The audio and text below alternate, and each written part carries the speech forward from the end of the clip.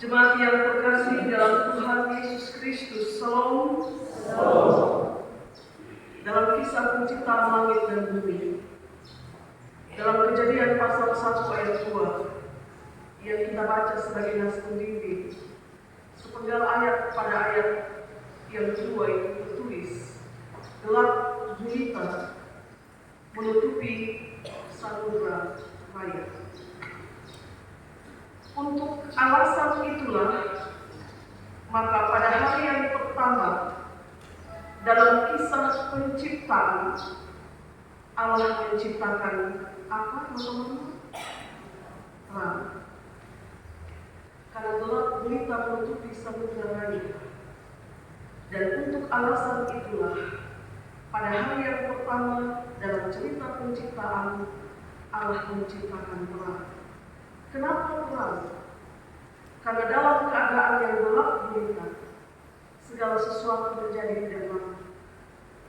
Kalau Allah menciptakan cakrawala, Dia menciptakan tumbuh-tumbuhan atau bahkan manusia pada hari yang pertama, bumi belum berbentuk dan gelap gulita masih menutupi samudra raya. Dan karena itu Dia harus menciptakan terang sebagai yang pertama dari seluruh rangkaian karya penciptaan Allah.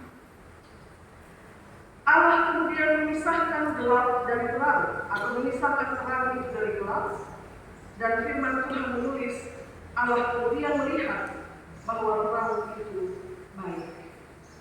Jadi terang itu baik, teman-teman.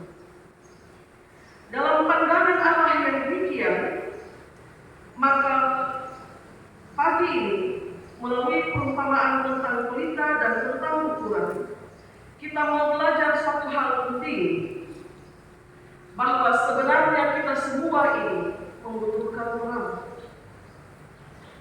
Kalau pada diri kita ada gelap, maka kita butuh untuk diterangi.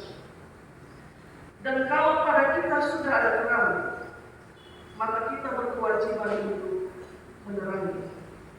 Kalau kita gelap, kita butuh diterangi. Tapi kalau kita punya terang, kita berkewajiban untuk menerangi. Seperti itulah sebenarnya kehidupan harus berjalan. Tapi kenyataan yang terjadi itu justru terbalik. Yang gelap tidak suka diterangi, dan yang punya terang tidak mau menerangi atau berbagi terang. Akibatnya, yang gelap dia terus berada dalam kegelapan karena dia tidak mau diterangi. Dan yang punya terang, dia terus menikmati terangnya sendiri karena dia tidak mau berbagi terang itu ke sekitarnya. Mari belajar dari firman Tuhan pagi ini. Pelita, Bapak Mama dan saudara-saudari sekalian, pelita itu diciptakan untuk menyala. Sama halnya dengan kapal, mungkin Bapak Mama pernah dengar quotes itu. Kalau takut untuk menghadapi badai, ya cukup kapal bersandar di dermaga. Tapi bukan untuk itu kapal diciptakan. Dia diciptakan untuk pergi berlayar, menghadapi apapun yang akan dia temui dalam pelayarannya. Sebab dia tidak diciptakan hanya untuk diikat di dermaga.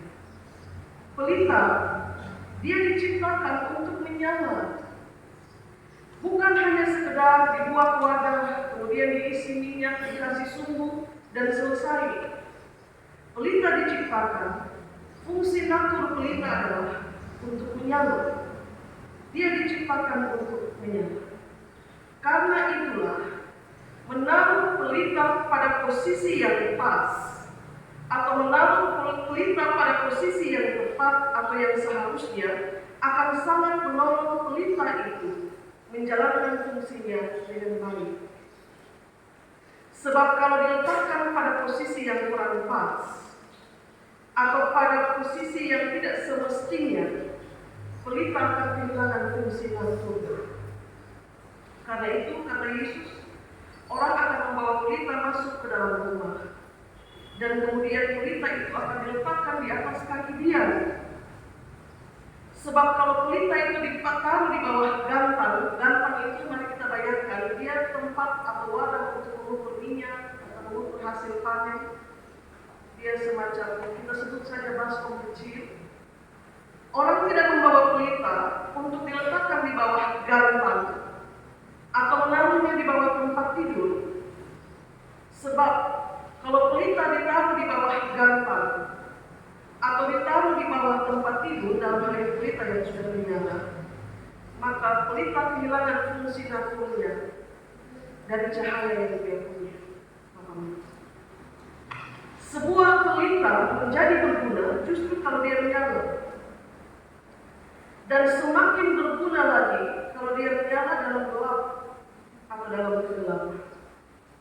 Tapi bergunanya pelita dalam kegelapan hanya akan menjadi sangat maksimal kalau dia ditaruh di atas kaki dia. Sebab dari atas kaki dia, cahaya pelita itu menerangi dengan maksimal seluruh isi ruangan.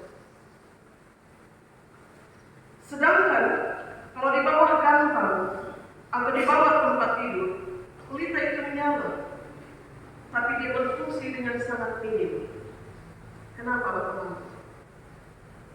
Kalau dia di atas kaki dia menerangi seisi ruang. Tapi kalau dia ditaruh di bawah gantang dalam kondisi menyala, dia diletakkan di bawah gantang atau dia diletakkan di bawah tempat tidur, fungsinya menjadi minim. Kenapa, Bapak-Bapak? Karena pancaran cahayanya menjadi terhalang. Dia menyala, tapi kalau kau taruh dia di bawah gantang, pancaran cahayanya tidak menyala. Dia hanya bercahaya di dalam gantang, di bawah gantang itu, atau di bawah tempat tidur itu. Tapi di atas kaki dia, pelita menjalankan fungsi penerangannya dengan sangat baik. Cahaya yang terpancar tanpa terhalang, karena dia diletakkan di atas kaki dia. Nah, itulah sebabnya dalam ayat 22 Yesus bilang, kalau pelita ditaruh di atas kaki dia, maka tidak ada sesuatu yang tersembunyi yang tidak akan dinyatakan, dan tidak ada sesuatu rahasia yang tidak akan disingkapkan. Kenapa? Karena dia bersinar tanpa penghalang. Dia bersinar, cahayanya menjangkau apapun yang ada dalam ruangan. Tidak ada penghalang, dan sinar yang menerangi apapun yang ada dalam ruangan itu. Tidak ada rahasia yang tidak akan tersingkap, dan tidak ada sesuatu yang tersembunyi yang tidak akan diungkap. Itu kalau pelita mau diletakkan di atas kaki dia. Sekarang, siapa yang mau digambarkan oleh Yesus? Dengan pelita yang berdiri di atas kaki dia, dan dengan pelita yang ditaruh di bawah gantang. Yesus hendak menggambarkan siapa dengan kedua hal itu. Pelita yang diletakkan di atas kaki dia menggambarkan orang-orang yang pada dirinya ada terang, dan dia bersedia untuk memberi terang itu atau berbagi terangnya. Tapi pelita yang diletakkan di bawah gantang, ini gantang dan dia di sini, itu menggambarkan orang-orang yang pada dirinya ada terang, tapi dia menutup terangnya itu hanya untuk dirinya sendiri. Dia tidak mau berbagi. Dia pergi sembunyi dia dan terangnya itu di bawah wadah dia tersebut. Yang gelap terus ada dalam kegelapan, karena yang punya terang tidak mau menerangi. Bapak Mama tentu tahu cerita Yunus. Anak sekolah ini punya lagu Yunus di Turki.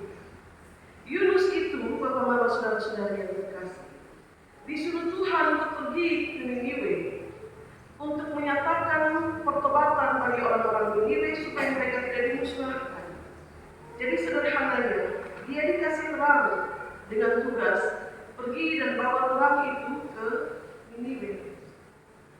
Tapi Yunus bertindak seperti terang di bawah gantang atau pelita di bawah gantang. Dia menolak untuk berbagi terang itu kepada orang-orang Niniwe. Dia lari ke Tarsis.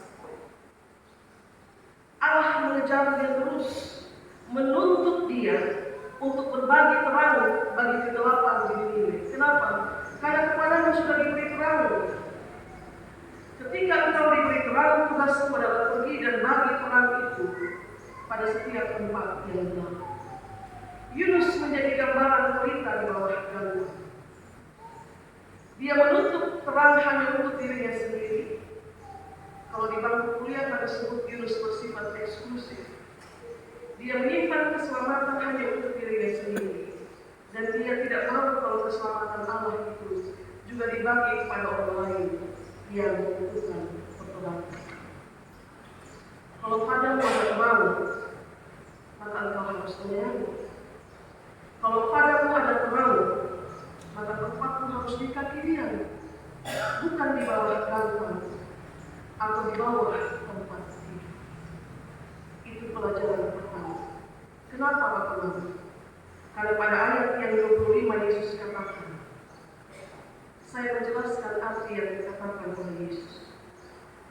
Barang siapa yang punya terang dan dia mau berbagi terangnya untuk menerangi kegelapan, maka terang yang ada padanya akan terus bertambah-tambah. Tapi barang siapa yang mempunyai terang, tapi dia menutup pancaran ke sekitarnya yang gelap, terang yang ada padanya itu akan diambil. Bapak Mama dan saudara-saudara, firman Tuhan ini juga mengajari kita. Saya dan saudara ini kita diberi terang, diberi sinar, bukan supaya kita simpan sinar itu untuk diri kita sendiri. Sinar yang ada pada kita itu harus disebar supaya sekeliling kita menjadi terang. Sebab kalau cahayamu itu kau simpan hanya untuk dirimu sendiri, maka akan ada bagian yang gelap yang tidak akan mendapatkan terang. Sebab terangmu itu tertutup di bawah gangguan. Yang kedua, pada ayat 24, Yesus juga katakan tentang ukuran. Apa kaitan ukuran dengan pelita? Yesus bilang pada ayat 24, ukuran yang kamu pakai untuk mengukur pada waktunya nanti akan diukurkan kepadamu. Artinya, kalau engkau mengukur orang lain dengan seluruh sisi lemahnya, sehingga dengannya engkau tidak mau berbagi terang yang ada padamu, maka ingatlah bahwa ukuranmu itu suatu saat nanti juga akan diukurkan kepadamu. Ayat 24 ini kasih ingat kita bahwa jangan pernah pilih-pilih dalam berbagi terang. Kemana engkau disuruh pergi bagi terangmu ke situ, pergi dan bagi terang itu. Sebab tugas kita dengan terang yang dikasih itu adalah untuk menerangi. Terang atau si pemilik terang, atau yang mempunyai terang, atau mereka yang pada dirinya punya terang, mereka tidak boleh memilih-milih siapa atau apa yang mau dia terangi. Tapi kalau kau punya terang, berdirilah di atas kaki dia, cahaya tidak akan terhalang oleh apapun, dan bersinarlah dari situ. Kadang-kadang karena ego, karena ketidaksukaan kita justru bersikap seperti pelita di bawah gangguan.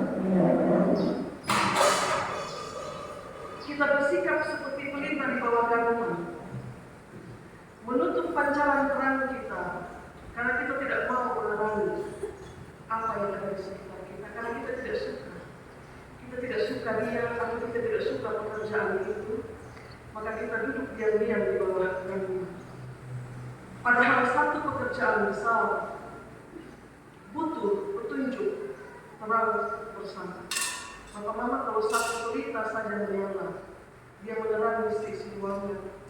Kalau 2, 3, 4 pelita berdiri di atas kaki dia, bukankah lebih terang ruangan itu? Saya mengingatkan kita bahwa pekerjaan renovasi ini pekerjaan kita bersama. Tidak ada tendensi apapun dan tidak boleh ada tendensi apapun atau kepentingan apapun terhadap pekerjaan yang kita sebut sebagai milik Tuhan. Kalau itu pekerjaan milik kita, beri tendensi sesuatu untuk itu. Tapi kalau itu kita sebut sebagai pekerjaan Tuhan, tidak boleh ada tendensi pribadi apapun dalam pekerjaan itu. Sedapat mungkin pelitamu harus bercahaya. Jangan diletakkan di bawah gantung. Taruh pelitamu di atas kaki dia, supaya dia bersinar terang menerangi seisi ruangan. Padamu, pada kita semua, dikasih terang itu. Ada yang memilih untuk berjalan menuju kaki dia dan berdiri di situ supaya terangnya bersinar tanpa terhalang. Tapi ada yang diberi terang lalu memilih untuk pergi bersembunyi di bawah gantang dan membiarkan terangnya bersinar hanya di dalam gantang, di bawah gantang, di bawah tempat tidur. Terang tidak akan menerangi sisi ruangan. Orang-orang muda, saya menantang engkau. Kalau cuma jumlah dalam kehadiran beribadah, itu saja menjadi cukup, sebenarnya tidak. Anda dituntut untuk ada dalam setiap peristiwa pelayanan. Di mana teman-teman orang-orang muda saat kami berbakti, bergotong royong di lokasi aula yang dipersiapkan untuk kita bersama, bukan untuk apapun atau tendensi apapun, Bapak-Bapak. Di mana teman-teman orang-orang muda saat kita bergiat di sana, yang pergi itu orang-orang rambut putih, Bapak-Bapak, yang sebenarnya dengan kekuatan terbatas, tapi dia mau tunduk untuk angkat kaki. Di mana orang-orang muda? Di mana? Di mana terang yang sudah diberikan kepadamu? Berdirilah di atas kaki dia dan biarkan sinar bercahaya dari situ. Jangan sembunyi di bawah gantang. Bapak-bapak, dan ini untuk kita semua. Untuk kita semua. Saya mutasi ke sini tahun 2022. Saya datang dan saya menerima semua hasil keputusan persidangan. Renovasi ini datang dari sebuah keputusan persidangan. Karena itu hal pertama yang saya buat, panitia harus diperhadapkan karena Bapak-Bapak supili. Supili, jadi bukan saya yang pilih. Program itu sudah ada dan saya datang, saya lanjutkan. Kita pilih dan kita bergumul untuk 1 tahun lebih, 2 tahun untuk pekerjaan ini berjalan. Tidak layak Bapak-Bapak duduk kebaktian kita nampak dari depan dan orang akan bilang, di mana jemaat Getsemani? Anda tidurkah melihat kondisi rumah Tuhan yang demikian? Seperti renungan yang disampaikan saat kita beribadah untuk pembongkaran gedung ini. Tuhan memperingatkan bangsa Israel, engkau sibuk mengurus rumah-rumahmu yang dipapari dengan baik, sedangkan rumah engkau biarkan dalam kondisi yang demikian. Mari berdiri di atas gantang, di atas kaki dia. Jangan bersembunyi di bawah gantang atau di bawah tempat tidur. Biarkan terang kita menyala, bersinar dari situ tanpa halangan apapun. Kalau Tuhan memperkenankan ini pekerjaan kita mulai, Dia bukan kasih kita pintu-pintu berkat. Saat kita berkumpul untuk satu tempat darurat sebagai tempat kita beribadah, Tuhan kirim Bapak Jerry untuk mempersilakan kita menggunakan aulanya sebagai tempat beribadah. Saya berpikir Bapak-Bapak, tidak mungkin saya biarkan jemaat beribadah dalam ruang kebaktian di mana keselamatan jiwa dan raganya terancam. Karena pekerjaan akan dimulai dari atap. Dan saya juga tidak membiarkan jemaat beribadah di bawah terpal yang panas. Karena itu satu-satunya solusi adalah kita beribadah di lantai 2. Tapi itu terlalu kecil. Tapi Tuhan kasih kita jalan dengan satu aula yang baik di sini. Kita tidak mempersiapkan apa-apa, Bapak-Bapak. Karena Tuhan Allah menyediakan ruangan itu dengan baik. Dia yang siap semua. Dia yang perbaiki, bukan kita. Kita hanya diminta bantu. Jadi firman Tuhan hari ini menjadi pelita kebenaran, itu bagian dari tugas kita. Berdirilah di atas kaki dia.